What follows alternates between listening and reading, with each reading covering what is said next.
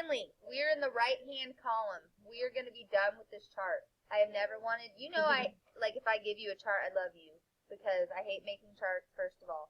Second of all, to keep a chart this long, I must really love you. I'm so ready to kill this chart. Don't forget, did you guys pop the isms packets out of your last, because that continues into this era. You can move those study materials up. I highly advise, like I said, if I make you a chart, especially that many charts, you're using them, because I don't make charts for fun. That's not like my thing. So, this was the long 19th century. We started the 19th century with Napoleon and all of that craziness, which feels like 2 years ago to me. It was last year. So main theme here, now we have built nations such as Italy and Germany, finally. And we are moving towards universal suffrage. Of course, France leading the way, but other places are going to be catching up. Heck, after World War I, we're going to see when women get to vote. So, we are moving towards universal suffrage. We now have, instead of kings, really political parties starting to lead the way, which is why this is called the age of mass politics. Politics start to lead rather than... So I put all of that under main theme right there, just more eloquently in type than I just said it right here. So we are seeing political parties start to take over. Here's an overview of this entire unit. Here's everything we're going to talk about. So, overview of 8.2. Ordinary people are going to start to feel loyalty to their government, mainly because they get to have a say in it now. They get to vote, they get to hold office, not just the rich. So you're starting to be like, oh, government sounds cool. I have loyalty to my government. By 1914, universal male suffrage was the rule. It becomes the norm rather than we're working towards it. Female suffrage will emerge after World War I. Okay, so we'll get to see that coming as well. Politicians and parties and national parliaments are going to begin to represent the people more responsibly as increased. Because you have everyone voting for you now, so you're not going to run around just worrying what your friends want. You're going to start to worry about everyone. We'll start to see more responsible politics. That's just another discussion for another day, how that continues. But keep that in the back of your mind. The welfare state is going to emerge first in Germany. Germany will be the first place to say, hey, we should give people a hand. We should help people out. We should care about their welfare. And then it will happen in Britain, France, and other countries. You might make a note here. It won't happen in the U.S. till the 1930s, so we're pretty far behind. Yeah, pretty far behind there. Increased literacy. Governments are going to believe that public education should be important and compulsory. Side note, they're like, you get to vote now, you're kind of dumb. Maybe we should educate you the way we want you to think. Middle-class white values. Voila. So kind of cynical there. You're like, oh, that's nice. They want to educate everyone. No, they just want to make sure that you're going to vote for the right way. Sorry, guys. Oof. How's that student working?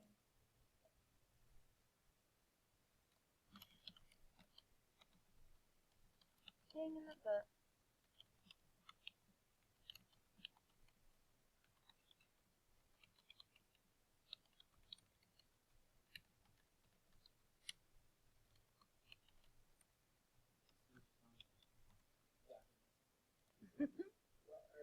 Yes.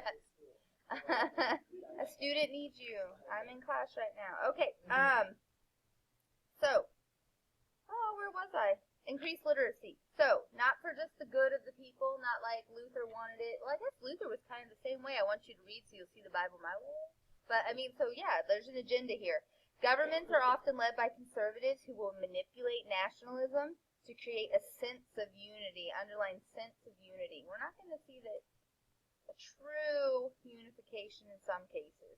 This is the eve of World War I, so you need to know that. So guess where we're going back to? The German Empire. So, next page, the German Empire.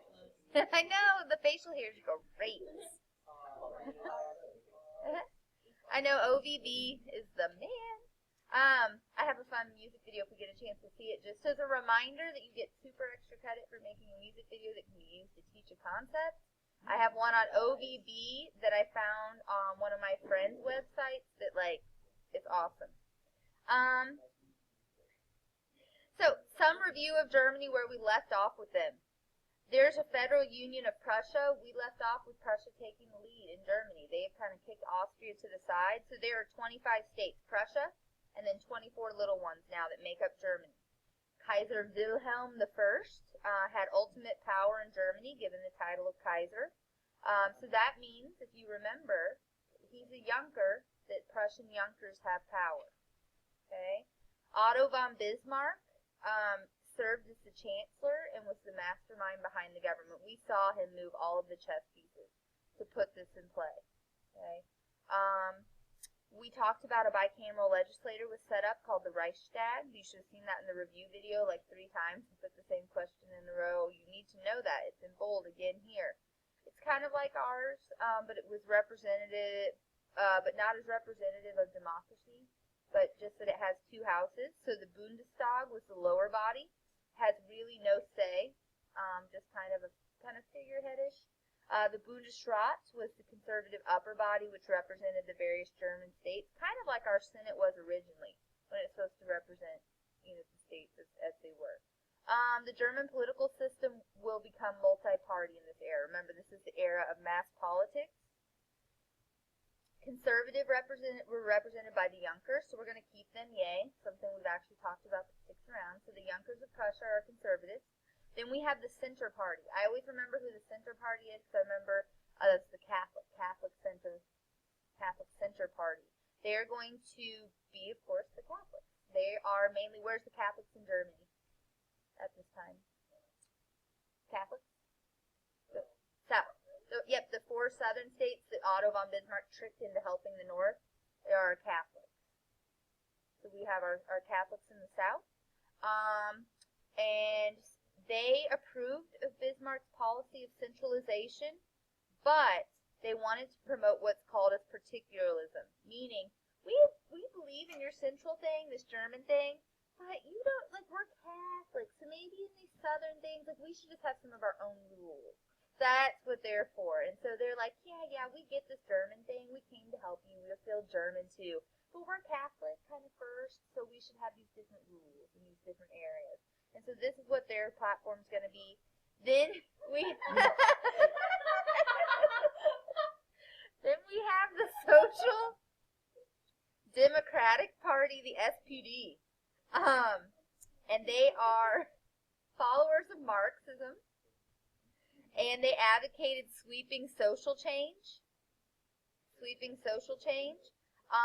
There are still many socialist groups in Germany today that kind of exist still after this time period. So, I want you to circle D. The German middle class is kind of going to be mute for us here. I said that when we unified Germany, they're going to be kind of mute for us continuing through here. They're left out of politics in this era, kind of overlooked. Bismarck, circle E. I've underlined it for you or highlight here.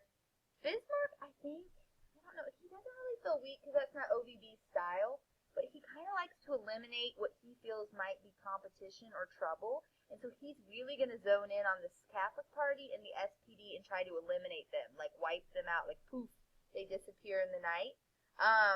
And so he's going to try to destroy them. Spoiler alert, it says here, though, unsuccessfully. This is going to be probably with OVB his biggest downfall, and then he's going to get on the wrong side of a certain grandson in a minute, and then we'll see him go. Why he dislikes him, you might want to make this note. He sees socialists and Catholics as internationalists, not nationalists. He says you would put the Pope before the Kaiser. You would put the working man before the Kaiser. He doesn't want anything to come before the Kaiser or being German. So that's his problem with them. So before Bismarck can go after these people, he has to put some things in place to increase his power. Between 1871 and 1890, he established a political and economic structure for Germany that will begin to dominate European diplomacy as well. He unified their money system. I think that's on my next slide. Oh, there's the SPD. And here's a great, got the chess playing here. Okay, so here we go. Chancellor Bismarck. He is going to unify Germany's monetary system, establish an imperial bank, while strengthening existing banks. Remember, banks run everything. So Germany's in the Second Industrial Revolution, leading it. They need high capital to keep this going. He develops universal German civil and criminal codes, and he establishes compulsory military service. Think he might be gearing up for something? No. Although I would say, just spoiler alert here, if OBB had been left in power, that there wouldn't have been a World War I. I really, truly, firmly believe that. He was too strategic and would have seen long-sighted enough the effects on Germany that I really don't think that he would have. He set the chess pieces up to where they wouldn't need to and still keep power. I think losing him was the worst thing that happened, but there we go. So after he builds all of this power, like the chess player he is, he goes after the Catholics first. This is called Kulturkampf. So like you have Mein Kampf of Hitler means my struggle, Kulturkampf means struggle for civilization. What civilization? German civilization. So Bismarck is going to seek to limit the influence of the Catholic Center Party. Pope Pius IX, that great guy that gave us the syllabus of errors, if you think this, you're wrong. If you think that, you're wrong. If you think the Pope is wrong, you were wrong. Yeah, because of his assertion that the Pope can never be wrong because of papal infallibility in 1870, Bismarck is going to go straight after him. He's going to say, you can't have loyalty to the Pope and your Kaiser. Your Kaiser should come before the Pope. Remember, most of the German states in the north were Protestant, so this wasn't a problem. And so he's going to really go after limiting the church.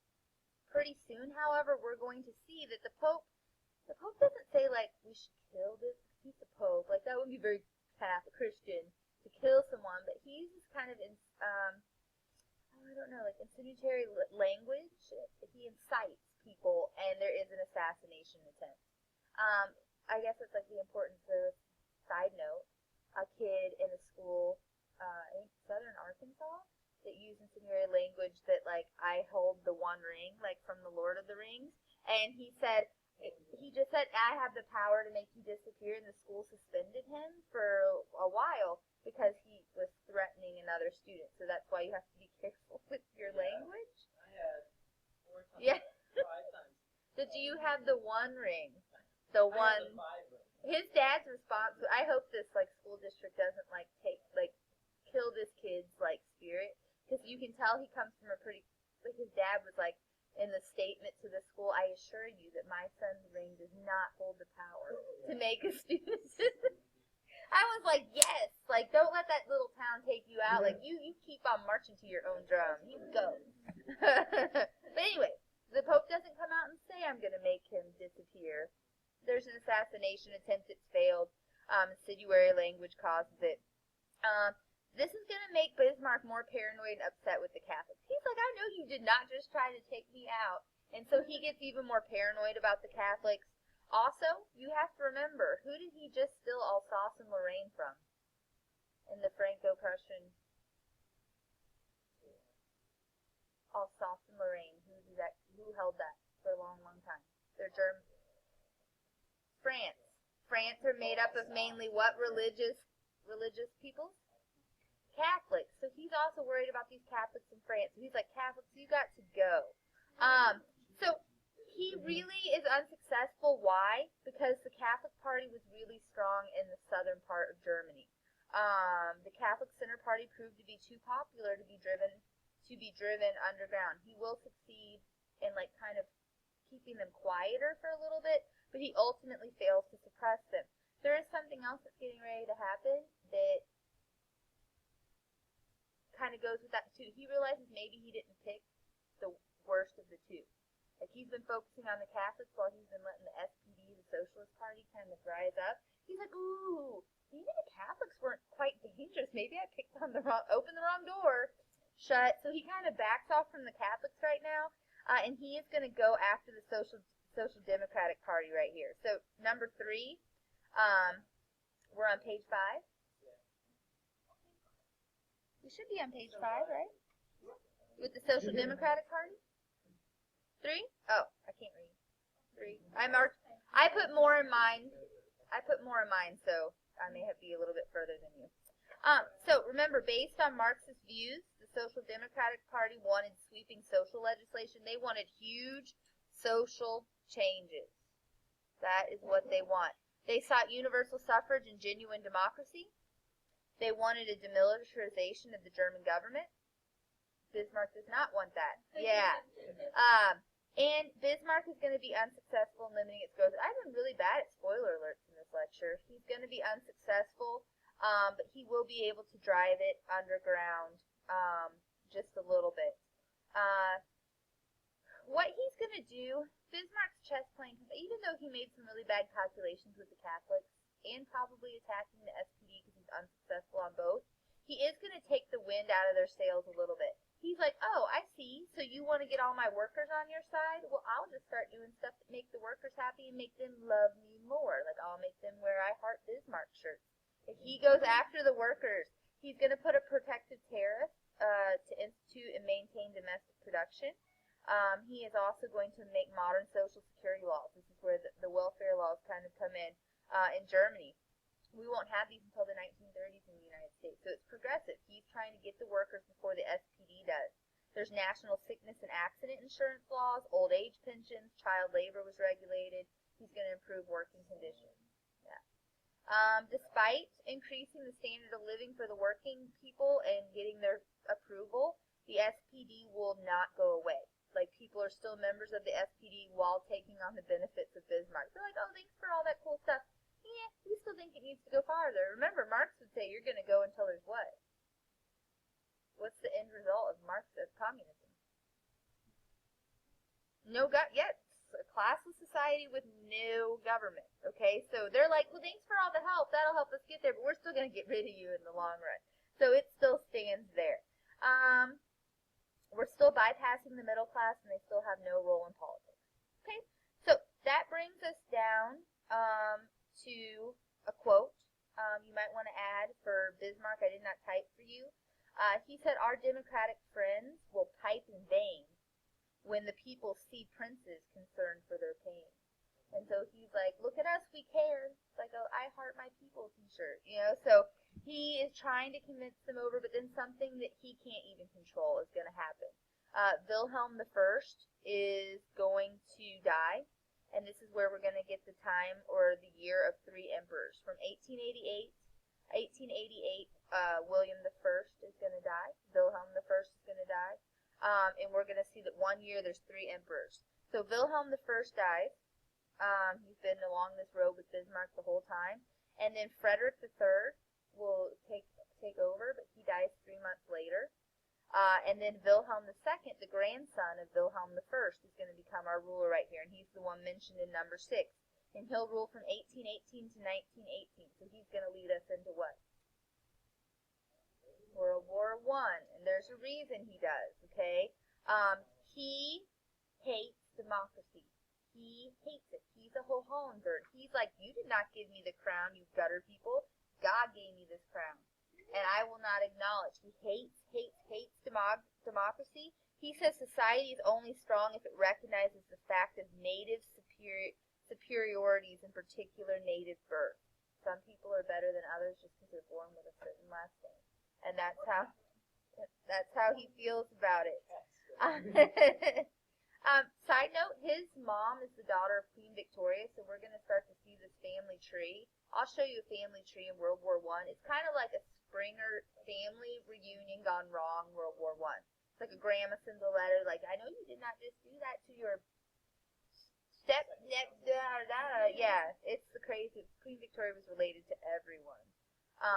And so Wilhelm II is going to view his masses as dumb people who shouldn't have the right to vote. God gave him the crown. He's got a withered left arm. So he was born with a birth defect with like a smaller withered arm. And he really tries to overcompensate for this. He always wears military uniforms. He has this huge collection of swords. He thinks he's an expert on military technique when he is not. Like, he just thinks God, since he's a Hohenzollern, has given him all of this. By all accounts, by people that lived around him, he was lazy. He lacked patience. He couldn't, like, military strategy was like, no, let's just, like, go after him. Like, he didn't want to hear any of the plotting. The next play, everybody's like, alright guys, we actually need a plan this time to make it work. And then when you like try to make a plan, it's like, alright, everybody just go. Yeah. And so then who's he really going to dislike if he has no patience for planning? Bismarck. Okay? He thinks Bismarck is old. Like, we don't need to plan and do all of that stuff. You're my grandpa's generation. And so he is going to very quickly find a way to get rid of Bismarck. He focuses on Bismarck's trying to get rid of the SPD, and he will then take the support of the workers and rally them against Bismarck. And he is going to have him step down then.